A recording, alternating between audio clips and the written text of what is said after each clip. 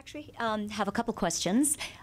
First one, I'm hoping someone else is maybe thinking this. It's going to sound a little strange, but as far as breast enhancement goes, is that, I mean, I see most of the women nowadays, of course, have done that, and it kind of leaves me out. Is that something that you actually take into consideration for judging, or is that, or not at all? Oh, here I get every year. I have a standard, and I'm telling you, because I've done this for a long time, and somebody always answers, and it's, you know what, it's amazing because, and I'll be honest here, because I have implants, okay, so obviously I love implants. I think, you know what I mean?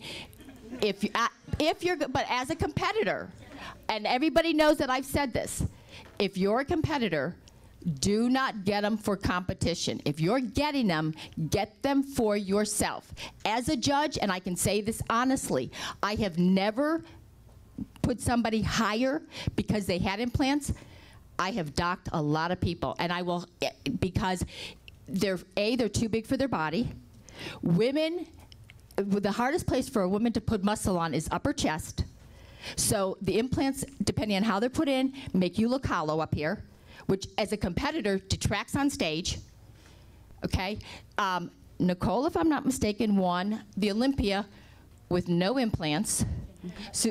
And Henderson, okay, and Susie Curry won multiple times with no implants. So sometimes I think people are always looking for reasons like why they're not doing as well. I'm telling you, as a judge, and you can talk to most, even male judges will tell you the same thing. They'll say to me, Sandy, the implants are too big. And it's like, well, yeah, but she probably had them 10 years ago, and now she decided to compete in the sport. You know what I mean? So that's why I say, if you're gonna get them, you wanna get them for yourself, not for competition, because I will be honest with you, usually, unless you get unless you get them and you're doing them very, proportionate to your body and stuff, but it's not, just to get them to think that's gonna move you up, if the rest of the body doesn't flow, the implants are not gonna help. They're not gonna make that difference, they won't.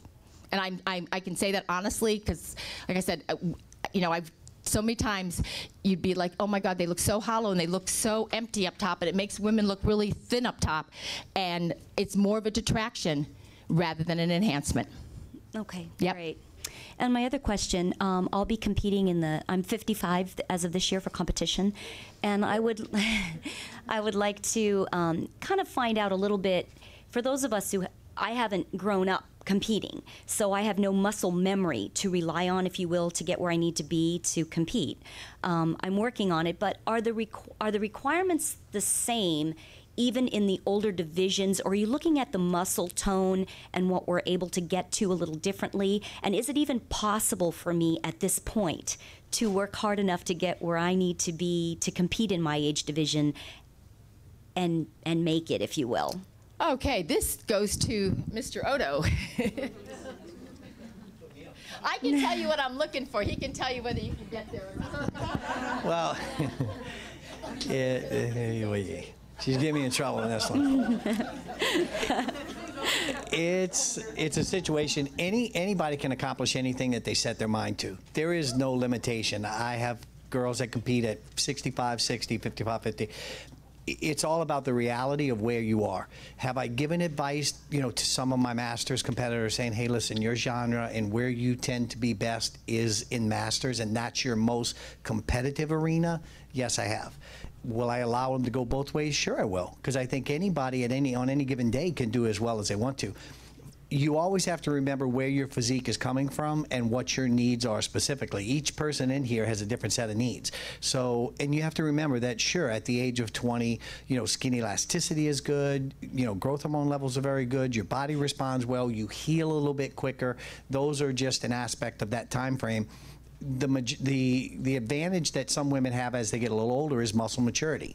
So whereas some girls that are younger in age don't quite develop the muscle maturity that masters do, that's an advantage. So you're going to have certain advantages, and you may have certain disadvantages because the metabolic process may slow down, hormone levels may start to change a little bit, and all these things can kind of affect how you prepare for a show. Should that in any way diminish your sights and what you set yourself up for? Not in one iota.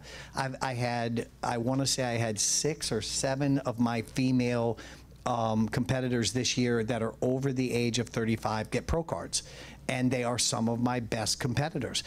I'm not going to point Jamie out, but Jamie's a very, very young Masters. I mean, really young. But she's a great example. I mean, I know, she knew it was coming.